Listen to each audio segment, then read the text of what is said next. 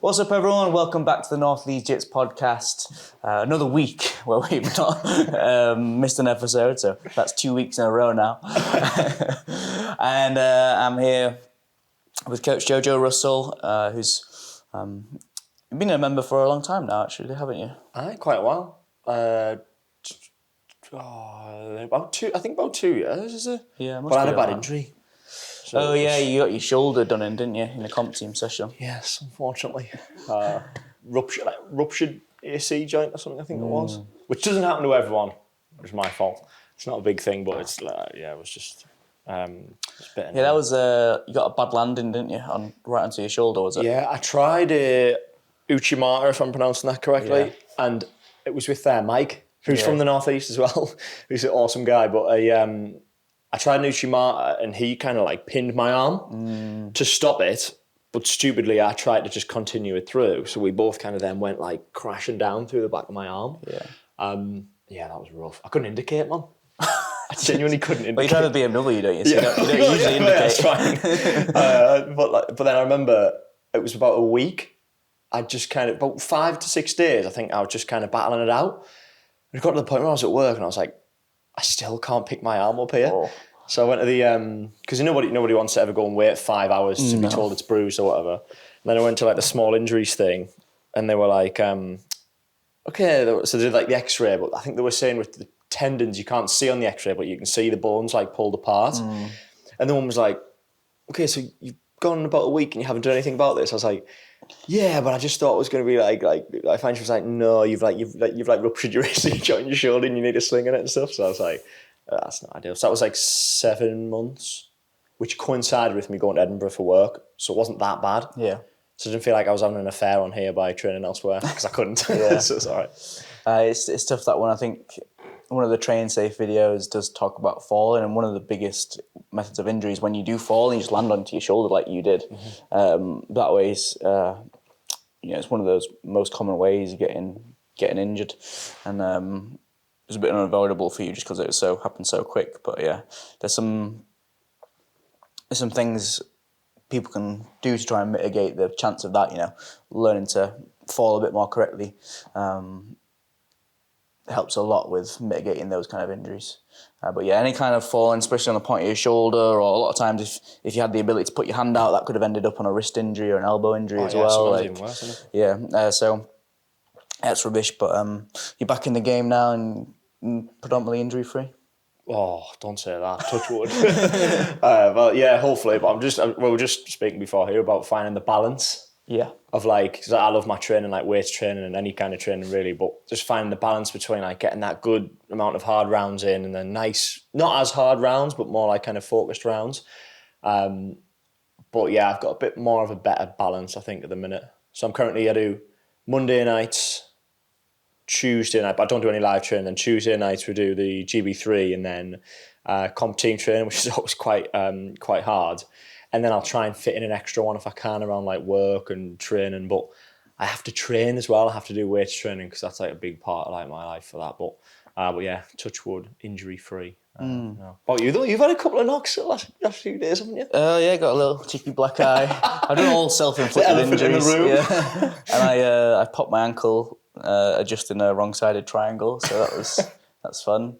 But I think in jiu-jitsu, most people after a while do carry some very minor like injuries, and a lot of the time it's just training through them or training around them until they kind of heal, and you pick up a different one, and then you just carry on that cycle. It is. But I think it's always like I was quite ill over December and November. Weren't you? And when I got to January, and I kind of got getting out of that, I took my training. I got back into training very slowly, and I was just very grateful to be healthy, after any kind of periods of illness or injury, you become really grateful, don't you? That you're just either injury free or healthy. 100%. And it's easy to forget that within a couple of weeks. And sometimes you got to count your blessings, like, oh, I actually can train today, which is a great thing, because there's always going to be the day when you're doing your shoulder in and you can't train for months, 100%. And then it's like, oh, I wish I could train. So I think it's something we talk about a lot with the kids comp team. I know you can't really get to those sessions, but we talk about egg principles, which is effort, gratitude, and goals. Right, yeah. So, that gratitude piece of like, you guys are, I'm saying to them, we're all very lucky that, we get to train in such a nice academy. We're all very lucky that, for those kids that, their parents support them in doing sports, because not every parent is going to pay 60, 70 pounds a month to bring their kid to do combat sports. Let's talk a little bit about you, mate. Let's take us way back. Where are you from? Where'd you grow up? It's hard to deny where I'm from with my accent, but yeah, from the northeast. I'm actually from Durham. Right. Have you been before? I might have gone through Durham. I don't think I've spent any time Everyone's there. been to Newcastle or something, but I'm actually a Sunderland fan as well, so it pains me that everybody knows Newcastle. Yeah, so from Durham, when I went to uni, but I quit after like 6 or 7 months. I just enjoyed going out. Like, just being brutally honest with my mum and dad, ever end up watching this, sorry, but I just went out a little bit too much. And it was all about like what you could find out, what someone else found out. Did you go to uni? No. Oh mate, the referencing thing was like weird. Like you just had to like find out what somebody else found out and then reference it Just and kind put of it in your thing. regurgitating knowledge. Basically, yeah. And I was just like, oh, sack that. Like, I always just wanted to just like earn money and just get out there and just kind of like, yeah. What kind of a kid were you, like back in when you were a young kid? Were you a good kid? Did you get into trouble? No, not like trouble, but I would describe it as mischief rather than trouble, if that makes sense. As you know, I'm Misdemeanors. I'm the biggest joker in the room, but like I can be serious when I need to be serious, but yeah, I was always just a little bit mischievous, I think, and I kind of liked to always get my own way. Who was your friends group growing up? Did you? Oh, anyone and everyone. Just everyone. Genuinely, just anyone, everyone. Once I've grown up and learned more about like sales and stuff, like mirror matching is like a big thing, and I've always naturally been quite good at it. So I would have a friend group from, when I was getting a little bit older, like from the gym, we were a couple of lads from there, but I would probably be quite a different person to them to what I was probably maybe to my mates at school. And then at work, it was kind of, I'd be quite a different person from work. But friend groups wise, I could mix with anyone really. I quite like to be quite adaptable and stuff when I was younger. And were you quite sporty? Did you were any teams or anything? Or what? Oh yeah, anything sport. I mean, no good at like maths and English and all that, but like sport. I mean, when I was younger, I was playing cricket at one point, like kind of county trials, all that. Then playing football, like county level kind of football and stuff. Oh man, athletics. That's my biggest regret in life.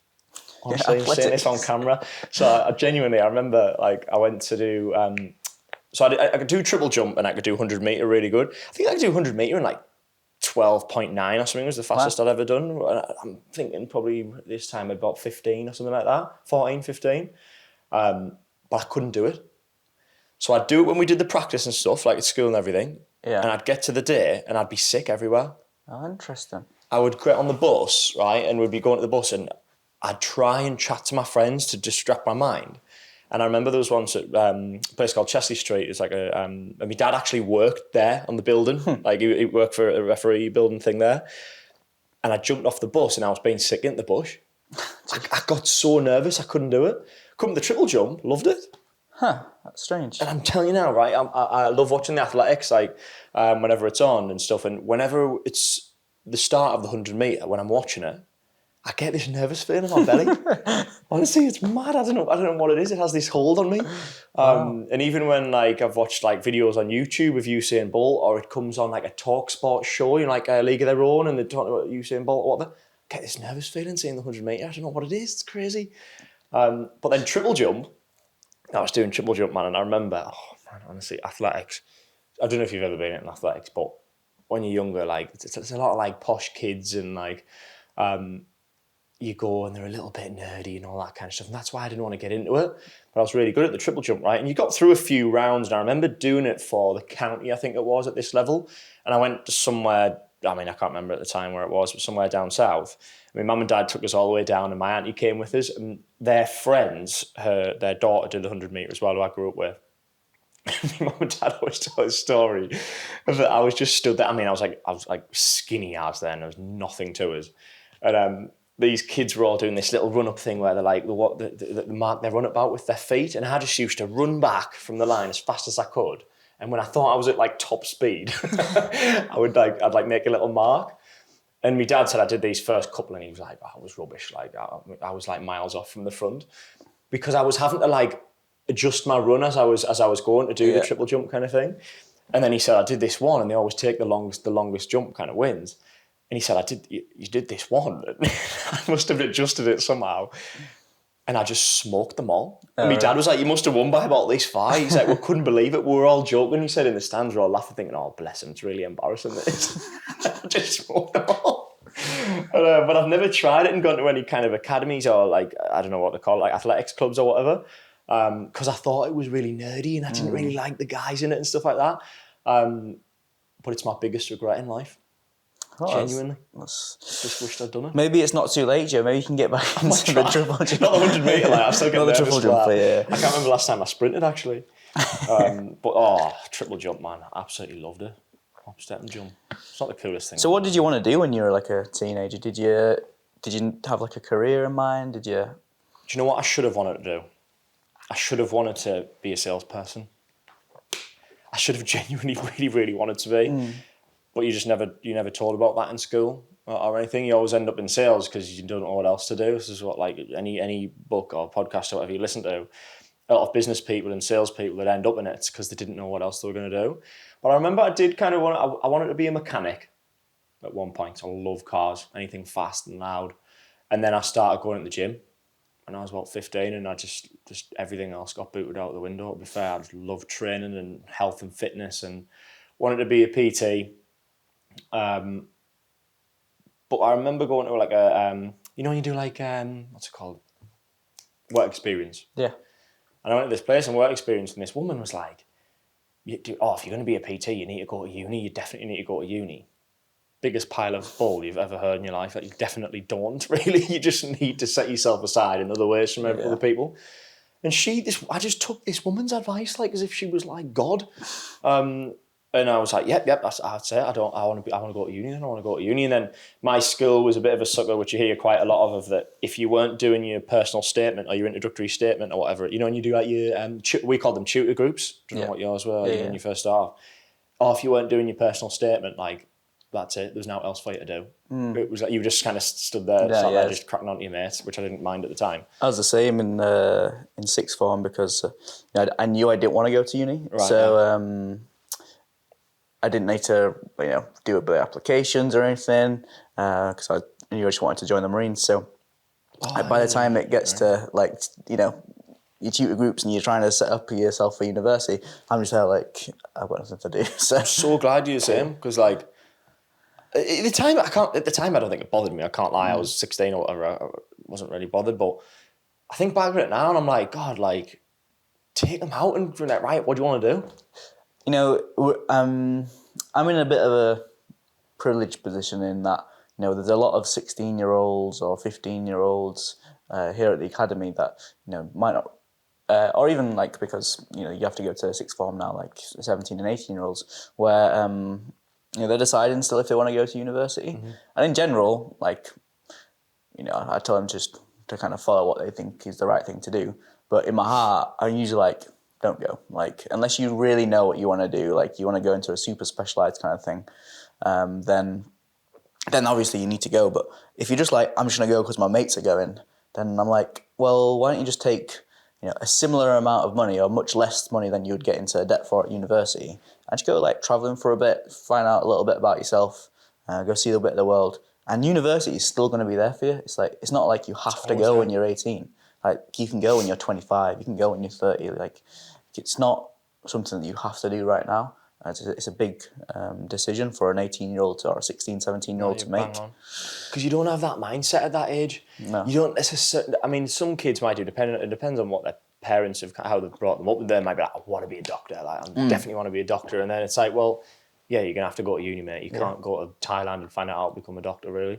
Well, you probably can these days. Thailand is a really good medical services. But you probably wouldn't go for that. But it's like, you're right, because it's hard to give the advice, isn't it? It's hard to, and I'd be right in my heart. I'd be like, don't go, man. Don't waste all your parents' money and like kind of be in debt. Like, God, mate, I think I did literally 6 to 8 months, and I'm in like it was like 14 grand's worth of debt. Yeah. Which I pay off every month, and like, some months it's just ridiculous, and I'm like, what the hell? Like, I didn't even do anything. Yeah. What did you go into study? I did sport, physical activity, and health. I think if I'd have done, a lot of the guys that I met, who I became really good mates with, who I kind of love forever, they did. Was it like, what was it? I think it was like PE. Right. I think it was like PE, and my girlfriend's parents did PE as well, or something along those lines. PE, I think it was. And I think that course seemed a little bit more, I don't want to say straightforward, they're all quite hard, but a little bit more kind of straightforward from what I did. I mean, mate, I remember sitting in this lecture thing. It was just all about maths equations and like all this stuff. And I was like, what the hell? I thought it was just about doing bicep curls and chest presses and that. Do you know what I mean? And it was really difficult. I remember some of the lectures and stuff, and it was just hard. But I didn't have the mindset to be there. Like, if I went now and did a business degree, I'd be all over it, because I just find it so much more kind of interesting. Whereas back then, I just kind of, it's as you say, I was doing it because I felt like I had to. I mean, God, part of us would have loved to have gone to the Marines. In another life, I'd love to be doing Marines or something like that, but it just didn't end up, I didn't have that mindset at that age to do it. So you're going out a lot and you leave uni, and then what did your parents say about that first? My parents are unreal. Like, I'm in particular a mummy's boy, and they've done everything for us. But God, I'd say for about 20 hours, I'm not going to call it a full day because they always kick off when I say it was a full day. For about 20 hours, they hated me. It was a hard decision. I remember I was in the car with my dad, I think. In being honest, I'd got this like, what was it, like a test thing, came back, and I'd like failed it. I think I got like 55% or something like that. But it was just the final straw I needed to be like, I don't want to do this, man. What am I even doing? Like, I'm not even like really trying at it. And as well as this like guilt feeling, as well as that my mum and dad had sent us money, like, for food and all that kind of stuff. And I hated that. Like, it should be the other way around, you know what I mean? And I said to my dad in the car, I was like, Dad, I just don't want to go back to uni anymore. Because my dad is the calming influence. He's like a strepsil. He just soothes situations. My mum's a bit more like me. She's a bit more like a loose cannon and just kicks off straight away. So I thought I'd go with my dad first. But yeah, it was tough, and I obviously understand it from their point of view, because they're quite, my mum and dad are quite like, you have your structure and you kind of go with it. If I ever said about, travelling, I want to just go and move away and just see what happens, it's like, well, hold on here, like, what do you mean? Like, and so for them, it was a bit kind of like, well, what are you going to do if you don't go to uni? Like, you need to earn money. And it's like, well, I think my brother was actually a massive, massive help for that. He's 10 years older than me. And I think my brother had a good chat with him to kind of be like, look, it's like really not the end of the world. But my brother was in a situation where he did 3 years of his uni and didn't really use it at all, really. Right. Like, he did some criminology degree, I think it was. And he ended up working in sales.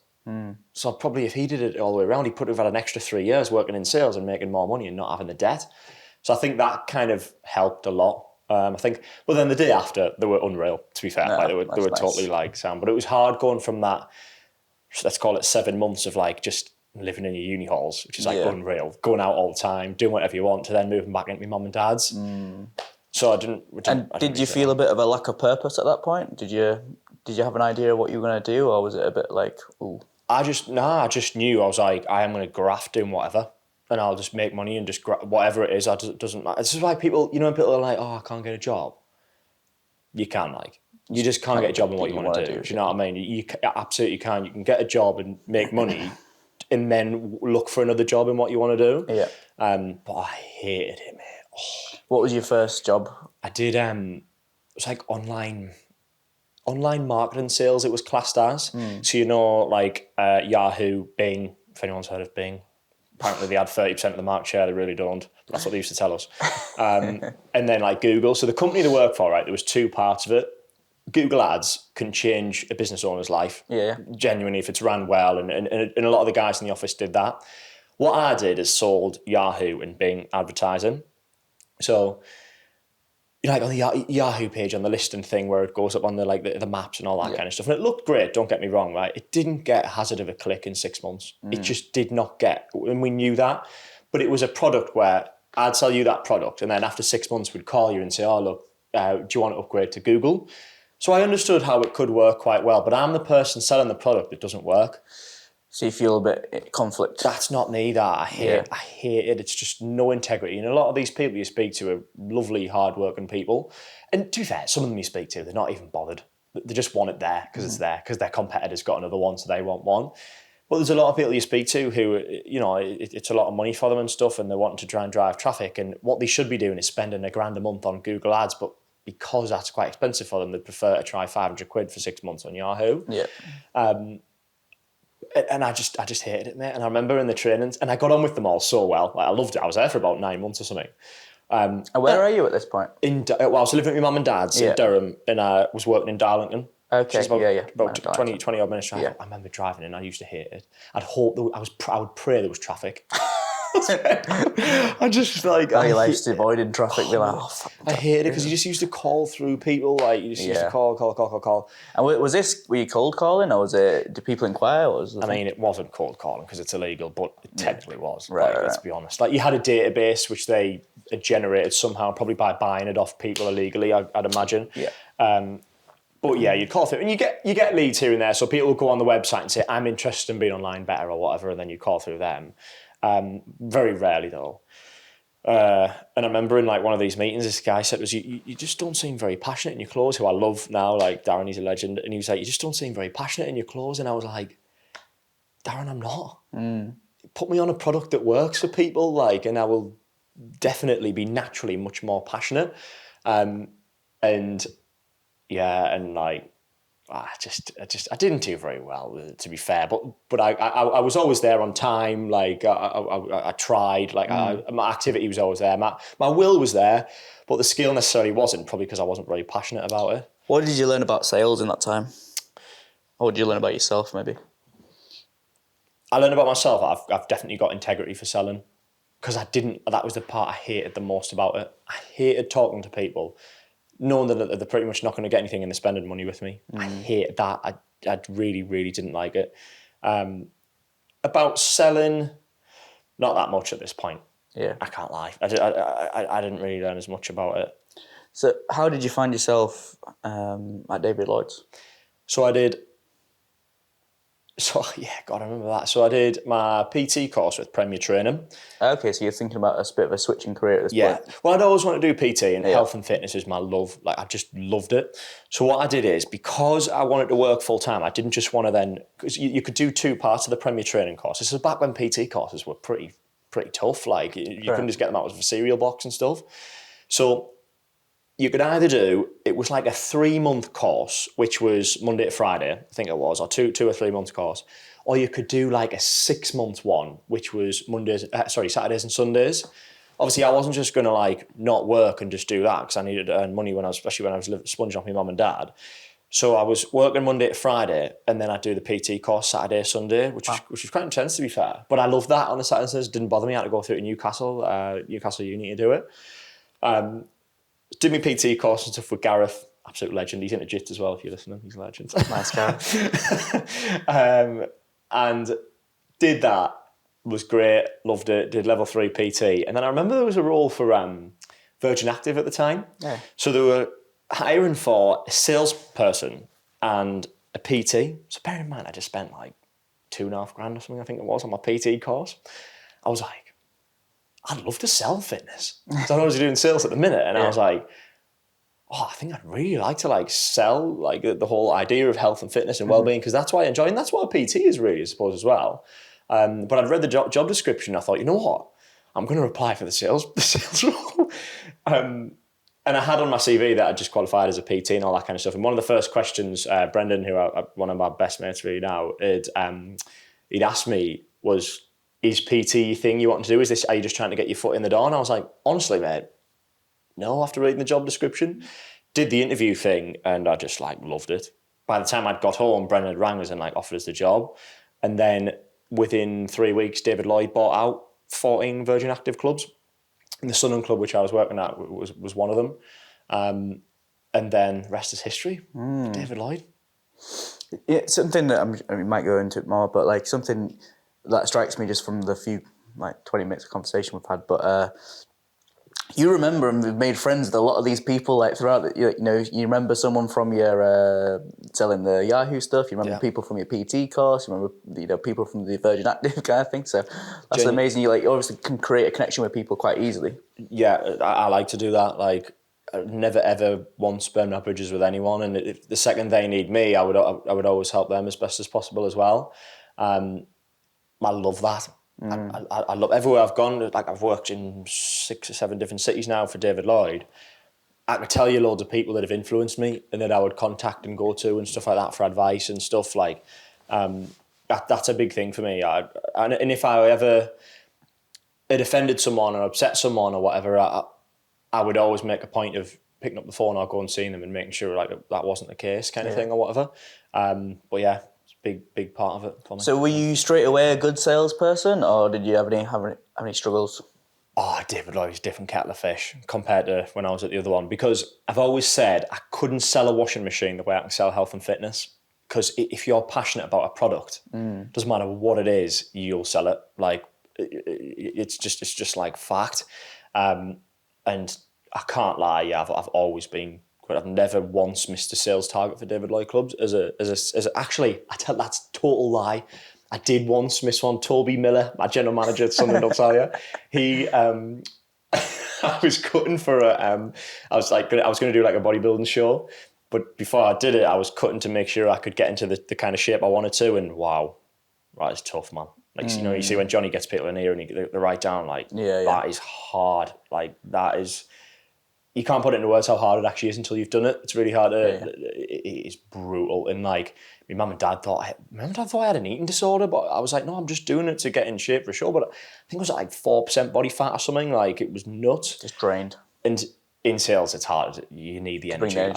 You do genuinely need the energy. But other than that, got a 100% record. So let's call it 98%. That's pretty insane. I mean, I too, people might not know, worked for David Lloyd for a while, and I was a terrible salesperson. And I actually really believed in selling like the membership, because I was a member before. I was for many years before I worked in sales there, and like I always said, like when I was there, like if I wasn't working here, I'd buy a membership myself. So like I really believed in what we were selling, but when it came to hitting targets, I don't think I hit target once probably. Did you not? Like, I think I did hit maybe once, but I was there I was there for a while. Like we had a long run of missing team targets, and my own. I think we probably hit more individually, more as a team than I hit individually. Right. But not when was it? It was about maybe a few months after starting at David Lloyd's, I got really into Jitz.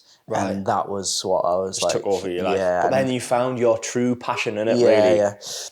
And now I think, like, looking back, I'm not great at sales really at all, but I am really good at marketing, I think, which usually, like, you're usually better at one or one than the other. Yeah. And usually salespeople don't get along with marketing people because they kind of talk a bit about wishy-washy stuff that you can't measure. It's so true. And marketers don't get along with we just want this many inquiries, just give it to us, please. I'm like, it doesn't work that way. Yeah. So that's it's really impressive that you've hit so much there. How was your journey from going to a sales person to then the sales manager? Because they're very different roles. Having to manage a team compared to just do the job. Yeah, it's hard at first because I'd say before I had a great manager as well. Vicky was awesome. It was Vicky. It wasn't anything Vicky was doing. It was my just not being very good. Yeah. I actually love Vicky. She's great. She was actually my landlord as well at one point. Oh yeah, I remember she did flats and stuff. Nice. But yeah, it was. Do you know what? It was hard, but it was what I always wanted. Because you've just got to learn to take a step back, and the more anyone that's in the sales, like the more you get up the kind of ladder or whatever you want to call it in sales, the less actual selling you do, and it's more about like looking at data and like spreadsheets and stuff like that, and it's like hard, to be honest with you. But now it's not. Now I'm like, oh God, I mean, some of my guys would probably smoke me in a 1v1 at sales now. Like genuinely, they're really good. But I always lead from the front. So like I was talking about this in a sales manager meeting we did the other day, talking about our kind of like ways of working and how important it is so we always have like a target as a sales manager, but it's always like a smaller target. and talking about how important it is to lead from the front. And that's always my style to do that. I always like my teams to know that if it came down to it, I could probably smoke them if needs be. That's just how I like to be, because I think that's how you build a lot of respect. It's funny, actually, I thought of this the other day. So, in the new Top Gun movie, you seen the new Top Gun movie? When he first comes in as Maverick, the team don't respect him. Because they're like, well, who the hell is this guy? Who does he think he is? As soon as he does the part where, he does it himself, instantly he has that like respect, like straight away. And his team just buy it because they're like, all right, okay, so you can practice what he preaches, fair enough. And then that's your job done. Then the guys will follow you and they'll always listen to what you say and stuff. And that was like a big thing for me, because that's what I would do. And I wish I'd had that for the sales manager meeting, because I thought about it afterwards. Because it just builds total respect to just drive from the front straight away. So to answer your question, not too hard, but initially it was quite hard, because you have to learn to take a step back and let the guys do the rest for it as well. You got your own individual pressures of trying to hit your own targets, but then you're trying to hit the team to hit as well. So there's a lot that goes into it. How did you? It sounds, well, from what I know, one of the biggest steps for you was like going to open up that new club in Scotland, in right? Shawfair. Yeah. So what was that experience like? Because that must have been a big thing for you. Yeah, it was massive. It's my probably greatest achievement to date, especially with work. Like, genuinely was really, really good. So the way it works is, like, obviously David Lloyd clubs are now like investing heavily in and building out all these clubs all over the place for that. And basically what they do is they build a club. They have like it's basically a glorified porter cabin. They build an office inside of it, but it's basically a porter cabin. And you're selling the concept of something. So you've got like a Google Maps style thing on an iPad where you can click through the club, and you're kind of showing them all through it and stuff like that. But obviously, it's one thing showing something. The main objection you get is it's one thing showing someone something on an iPad, but then it's like, yeah, but what's it actually going to look like? Oh my God, it looked better than the iPad. Like, it was amazing. So that is obviously high pressure for that. And I love pressure. Like, well, I don't love pressure, but it brings out the best in people as long as you can learn to utilise it well. And I've always said, when I speak to our like big dogs at David Lloyd, is I want the biggest clubs with the most pressure. Like, after about a year or so at a club, that's what I like to do. And yeah, this was pressure. Like, I remember sometimes on a night time, like when I'd lock up the porter cabin thing, we have like a board, and I just stand and look at it and just kind of like visualize it and just like be like, or manifest it, I suppose, and be like, right, we will get to this number, like we will do it. It just works. It genuinely, obviously there's a lot more goes into it, but it just works. And it was actually the biggest ever opening David Lloyd clubs has ever had for that. A massive part of that as well is David Lloyd clubs are going online now as well. So if you know David Lloyd clubs, you've been members over the years, you can just go on the website and just join and just sign up. And that's something David Lloyd's are working really hard on getting at the minute. So there's an amazing team which works to develop all that, which they trialled for this club and another club who opened at the same time. And that's a massive part of it as well. But my big thing was with it, so I spoke to like managers before in the past who do this, and I remember one of them saying to us, now, be prepared and never have a day off, and your team can't have a holiday, and you can't do this and you can't do that. And I was like, I'm sorry, but that's not me. Like there's just no way. I'm not going to do that to a team. Like, it just doesn't work. And my big like philosophy thing or whatever is just keep everyone happy. Keep it so everyone loves coming to work, and sales will do it. Sales will do themselves, man. If you enjoy coming to do it, it's like you and here, you enjoy coming here and look how successful it is. Like, you and Mike absolutely smashing it because you enjoy it. So I kind of do that. And I remember my general manager at the time, who was great, Mike, like, he's funny, but he likes structure and he likes everything to be proper. And I remember a couple of my guys said, oh, can I book a holiday? I was like, yeah, of course you can. Go in. Mike was like, you do realise that's like a month before we're going to be opening the doors and you need to hit this number. And I was like, yeah. I was like, and the guys can go on holiday if they want to go on holiday. I went to blooming Portugal. You'd have seen on my Instagram. It was the maddest holiday I've had for years. Oh, God, I was absolutely steaming. And I got loads of backlash off it. And I just said to like my managers and stuff like that, I was like, let's just see where we finish. Like, if it flops and it's rubbish or whatever, then fine, but let's just see where we finish. And yeah, it was like the biggest we've ever had. Apparently, was to do it influenced a lot in the sale of David Lloyd as well, because they're going through a sale at the minute. Because we opened it with max capacity, so we couldn't take on any more. That's insane. Which was pretty mint. Like five and a bit So it's at like 5 something now, five and a bit thousand members. I remember when I was working there in 2018, I was thinking like, we're so behind the times at David Lloyd's because we're still using like paper contracts and stuff that. Yeah. And I was like, man, in a few years' time, my job is going to get replaced anyway because obviously it hasn't, but like still time yet. Like. Yeah, like people will just have a virtual tour around the club. With a virtual sales assistant, and they will just sign up online. And if there'll be like maybe one salesperson in that can do tours and stuff like that for the people that want to come in. But yeah, it's nice that they've modernized it a bit, you know. Well, they have a bit, but this whole virtual thing that's what we're trialing at the minute. Oh, is it? But there's just an element of like, look, if you're paying £130 joining fee and 170 quid a month. A virtual reality person showing you around. It'd be like buying a really fancy car and not maybe going for the test drive, wouldn't it? The example I use all the time, mate. Would you go into Ferrari and you get an AI person saying, get yourself in, see you later, and just, sign up there if you want? No. Yeah. Could you just go on Ferrari and just buy it? I mean, I always compare us to Ferrari because we're meant to be the best in Europe, fitness provider, biggest and best. That's what I class a Ferrari as. Could you go online and just buy a Ferrari and just like pick it up, see you later, lads, cheers? Yeah. No, like you can't. Like, and there has to be an element of keeping that level of service. Mm-hmm. Yes, I understand. You look at a spreadsheet and it's a business, you've got to think, oh, we could save on all this. But what do you sacrifice with that saving? Do you know what I mean? That's what I think about loads of businesses. You know, it's experience as well because I saw a guy, James, in the club who I hadn't seen in a couple of years the other week, and I met him because I signed him up to the club, and I'm still like, you know, good friends with him. We were talking and we were catching up, and he came to train here for a couple of months, and you know, that kind of connection, and you'll have that with hundreds of members, I'm sure, you know, because you signed them up and you took them through, and they've got that personal connection with you. That has a massive impact on their experience, like every day, because they'll come in and be like, oh, Joe, hey, how's it going, man? Like, you good? It's like, oh yeah, how are you getting on with your journey? That kind of thing. So, could you imagine in here, you join up online. Don't meet you, don't meet Mike, don't meet any of the guys. You just turn up to the mats and it's like, oh, hi, I'm the coach today. Yeah. You don't really have that kind of connection. No. We do every now and again, maybe once every couple of months, have just someone who's like, I don't even want to come for a trial class, I just want to come in. But I think that's because we put out so much stuff like this and the videos that people kind of feel like they know us already. And through friends of friends and that as well, I imagine.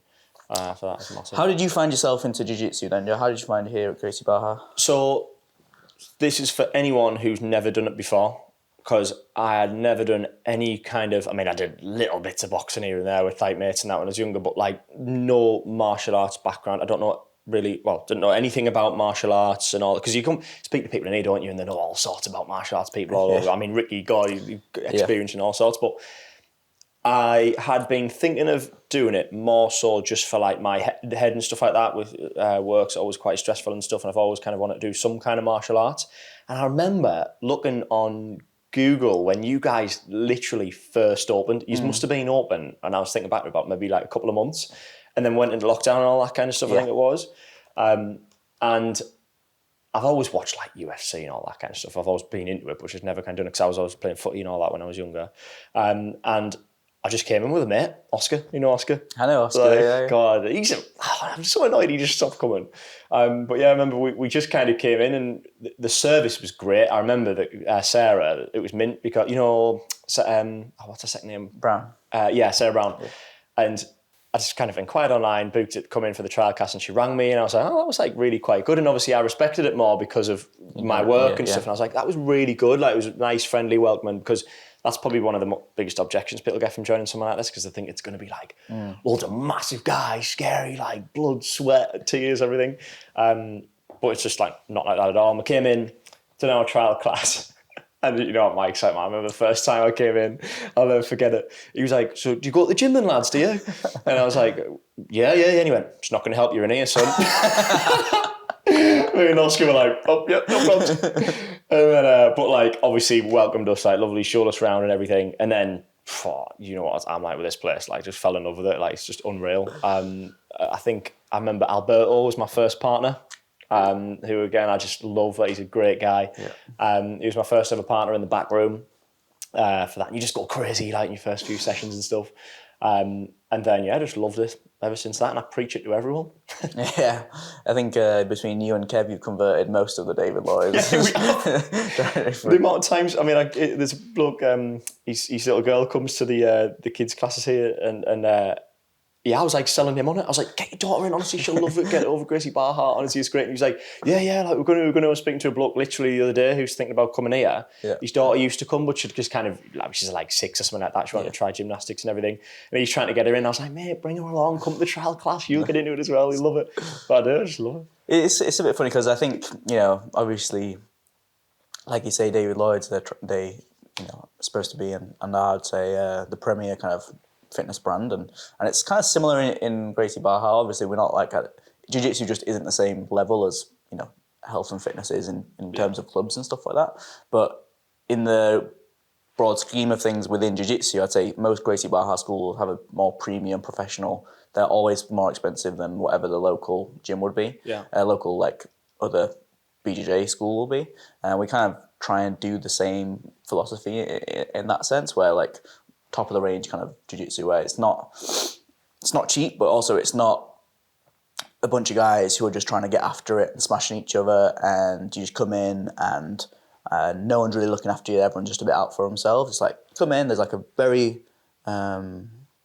structured like beginner's program that you go through. Like, there's a step up from there, there's a step up from there. Like, you got a very structured journey to help you through, rather than just being like let's get after it.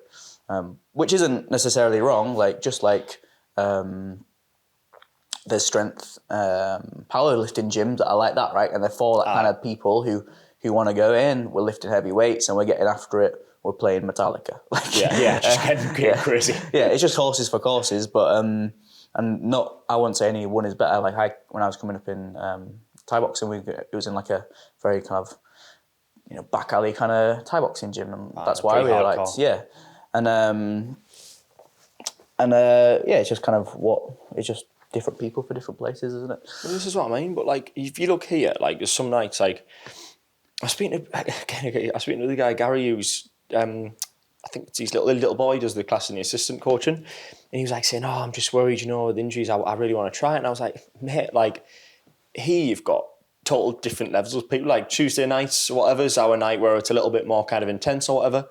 You come to like GB1 on a Monday, it's as chilled as can be. Like it's like it's really sound, and you just build a lot of confidence in yourself and stuff, and enjoy learning a bit of a new skill. It's like chess in there. But level's crazy. Like that's the best part about it. If you want to go a little bit harder, you can do. But if you want to just have a nice chill, but I would imagine, and again, I'm commenting, I haven't been to anywhere else other than this, so I can't really comment. But of what people have told me, I would imagine it can be just constantly always crazy. You couldn't go there and just be a bit like chilled and nicey nice. It's probably always quite intense. Yeah. On that intense thing, you decided you wanted to compete, and you've competed. Is it twice? Is it so far? Yeah, I was meant to be. Well, I was signed up for one when I did my shoulder, but then did the intercomp one. But I'm hopefully going to be doing May. Okay, yeah. And which one is that? Is that the British or the Empire? British. Nice. Is it British? I think. Yeah. So you did the intercomp one. Yeah. Nice. And how did you find that? Unreal. You had a lot of fun. Loved it. Absolutely loved it. It's adrenaline. You get quite nervous. Not 100-meter nervous. Not 100-meter nervous. I was all right. I was in the bushes being sick. But yeah, it's a like an exciting nerves. You like, just get me on the mats. I remember because you're like queuing to do it, and I'm like, I just want to be on the mats now. Just get me on. But the level of like gasness that you get, is that a word, gasness? We can make it a word. Yeah, that's fine. Was crazy. It's like a burning sensation in your chest because you just constantly like, God knows what my heart rate was doing while I was doing the match. But like, it's like a burning sensation that goes through you. But I need to do like more comps this year. But for me, it's just not getting injured. I'm like glass. Honestly, I was always the same when I was playing footy. It's just not getting injured and just making sure. That's why I'm just going to sign up at the latest date I can. Because I know if I sign up really early, I'll just be going, I'll be like, I need to more live training, which is just the wrong thing to do. But yeah, and I'm going to get Harry to do it as well. Is he not committed? Yeah. He's like, is he on the fence? But you know what he's like. He can't even come 2 weeks in a row sometimes. Did you know Harry before starting jiu-jitsu? Nah. Oh, really? Nah, it seems like you guys have known each other forever. Kind of thing. Mate, he's a legend. I love the guy. He's so funny. It's nice what kind of great friends you make, in such a short space of time in jiu-jitsu, innit? And Harry as well, like, we're probably we're absolutely the closest in here out of people I know, but when we roll, we have hard rolls, man. Like, it's like me and Harry, like, he goes for it. But it's mad. You're trying to strangle someone, but you have such a good relationship with them. Like, it's mad. You know what my favourite Joe Russell story is when you first joined. Do you know what I'm about to say? I've had a few in here, to be fair. So I think you're talking about tattoos on the group chat. That's one of my best pals in here, though, Tom. And Tom Broughton gives you some advice, and you say something back to him, and he's like, "All right, pal, I'm just trying to give you some advice." Got heated that, didn't it? Yeah. And he was like, "Oh, these guys aren't going to be friends."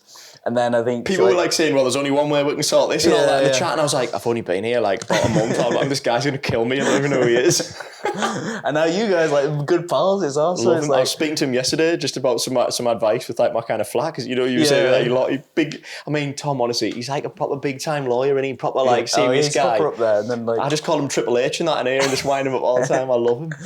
He's got so much time for it, but he's helped me out loads. And he's a legend. He's such a nice guy.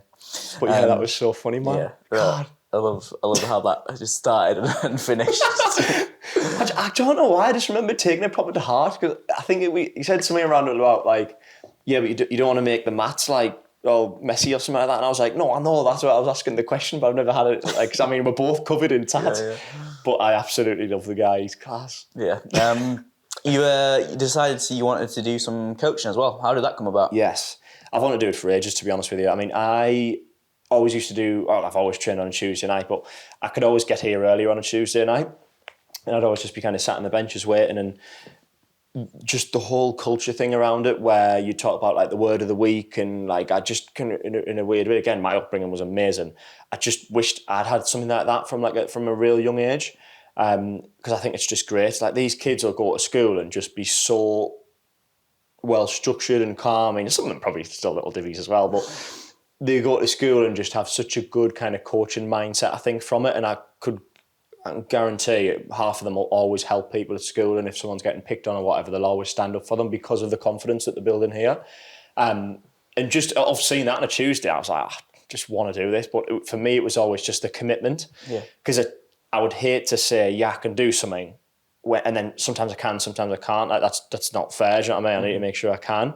And then it was a bit of New Year's resolutions are a bit cliche, aren't they? But it was a bit of a New Year's thing for us. I was like, right, you know what? I really want to do it, and I want to commit to it. So I just spoke to like one of my managers, and just Monday, Tuesdays, I just said to Sarah, I can just always commit to that, and I'll just do it. And I absolutely love it. It's unreal. Yeah. And then I want to do the lead coaching stuff as well. Yeah, and the kids are taking a real shine to you as well. Oh yeah, we got nice hair, nice comb over. One said I looked like I'm from Love Island yesterday. I was like, is that a good thing? He was like, yeah, because you're good looking. I was like, oh, great. Good authority, Oscar Raleigh, who never gives anyone a compliment, according to his dad, was like, that Coach Joe, he's really good looking, isn't he? So funny with that. I remember I was in the bathroom after I'd trained in that as well, just getting changed and stuff, and and your phone kind of flashes up, like WhatsApp, and tells you like half the message. Then Dan had put something in, he tagged me and said something along the lines of, I had some real good feedback from Oscar tonight, and he never gives any feedback. And I thought, great, like I hope because Oscar's really, he'd probably pull my pants down in there, he'd absolutely destroy me. But he goes, he said something along the lines of, Coach Joe's got really nice hair or something like that. And I was like, God, I thought he was going to say I really helped him out or something. I just got nice hair, just found. But yeah, it's mint. The biggest thing for me is, I always go home and tell my girlfriend about it, and she's like, God, you're just genuinely so passionate about it. I like the kids in there. There's sometimes a big disparity between ability, and probably a lot of them are just newer and just starting and stuff. We've got some that's been doing it since they're 3 or 4 years old. But it's the kids that don't get it at first that I really love the most. If they're kind of trying something and can't quite get it, and you just have a little word with their partner, and it's sometimes a little case of I did with one of the young girls I just said, just go down a little bit easier and do a big break fall. When we were doing single leg takedowns, I think it was, and she did it, and this little girl's face was amazing. She stood up, and you could see it just made her day that she got it, because she was trying to do it quite a few times before. And it's just those little things that's just unbelievable. And there's one little girl that started the same week as what I did. I remember in there, and Sarah was like saying, "Oh, you started the same week as Joe," and we were like, "Oh, we're starting together." She was literally crying. She's in there. She did live training last night, and she was like absolutely smashing it. Like, yeah, Olivia. And it's like, God, it's just amazing, like to see the confidence and stuff coming from it. It's just great. You just hope they stick it at it. It's easy to forget, especially for me, who's kind of like, sometimes you get so kind of like in the manager role. Like sometimes I'm managing a class and I'm not in the weeds of like seeing the kids to develop us so much, and I'm day in day out. You forget how much one. And as kids, we all have those teachers or coaches that we remember that had like a really big impact on us, and we think, well, they didn't really know how much like they had a big impact on us. But I can remember definitely coaches in Thai boxing and teachers at school who was like, they made a real difference to like how I was day to day, and like had a 100%. Really big impact on my life. And we get to be that for so many kids now. And then two, it's easy to forget, like you say, how much of an impact it has on them, what we do. And it was only actually last night and Monday night where we were doing these kind of parents evening type thing where I'd have some parents in the office and they'd just have 10-minute meetings and we'd just talk about. That's cool. And so many of them were like, I've seen such a big change in my kid, like from being really emotionally kind of unstable to being able to deal with their emotions way better, or kids that have been too crazy and now they're disciplined, or kids that are really mellow and laid back, being able to find a bit of confidence for themselves and use their voices. So it's hard to see it when you're a coach. Sometimes you're just trying to deliver a great class, but there's kids that stay in the program like that, we're really having such a big impact on them. And it was nice yesterday and Monday to have a reminder about that, because like I say, it's easy to forget about it. When it's rewarding. You just like delivering the class. So what ages were you doing those for? Just all? That was from the 5-year-olds all the way up to the 15-year-olds, because we're doing LC1 and LC2, and juniors and teens could book sessions. So but we had people from every age group. So it was. That's amazing, that, because you can see it though. You can just see it on the mat. Yeah. It's great. Like confidence and stuff just goes through the roof. But as I say, I just wish I had it from a young age. Right, Joe. It's been really nice to have you on the podcast. Been good to be on. It's unreal to be on. You'll have to come back at some point. Oh, I'll be back whenever. It'll be interesting to see your lead coach journey. I'm really excited. I think you'll be great at that. You've got all the natural kind of energy, which is what you need for it. So it's gonna be awesome. With your guidance, I'm sure I'll be good. Not with my guidance. All right, cheers, brother. Yes, mate. See you guys.